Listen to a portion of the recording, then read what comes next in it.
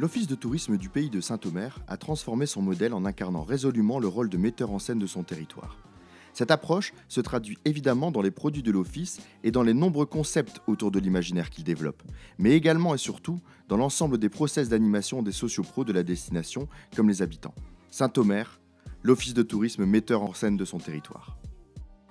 On gère à la fois bien sûr l'accueil touristique, la promotion, mais depuis quelques années maintenant on avance, on gère des équipements, à commencer ici dans ce jardin par un salon de thé, par la suite par des escape games, et maintenant on a des équipements touristiques tels que la Maison du Marais qui est un équipement muséographique et de balade en bateau traditionnel. Ici ce qu'on invente nous c'est l'imaginaire dans notre promotion pour que les gens, une fois connectés au patrimoine réel, s'inventent aussi un parc d'attractions. On raconte qu'ici Louis XIV est passé en cheval.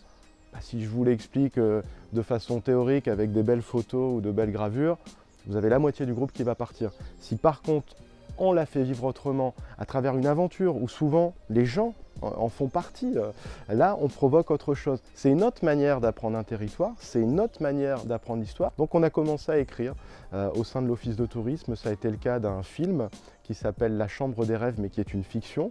Et petit à petit, tout le monde s'est pris au jeu. Que ce soit les acteurs touristiques, les institutions, les membres de l'Office, on s'est dit mais il faut un récit autour de tout ça. Qu'après le film, on est parti dans un univers d'escape game, mais avec des acteurs à l'intérieur. On est parti sur des univers autour de Facebook Live avec des aventuriers qui suivent tout le territoire. C'est pas facile de créer un escape game, notamment un escape game comme celui où on se trouve. Mais il faut connaître les mécanismes, il faut savoir comment ça se construit, il faut savoir qu'est-ce qu'on peut proposer aux joueurs et de quelle manière, comment les faire avancer dans un jeu.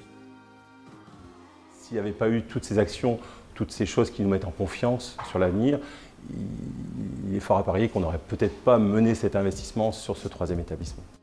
Quand on veut mettre en place ce type d'aventure ou d'écriture, on est tout de suite avec plein d'entrain, dans la rapidité. Il faut savoir poser aussi un peu de temps parfois. Quand on part sur la notion d'un parc d'attractions, c'est une fabuleuse idée. Les gens, les touristes la comprennent quand on la présente à l'étranger, mais les habitants, est-ce qu'ils comprennent, eux, qu'ils sont un parc d'attractions, qu'ils en font partie?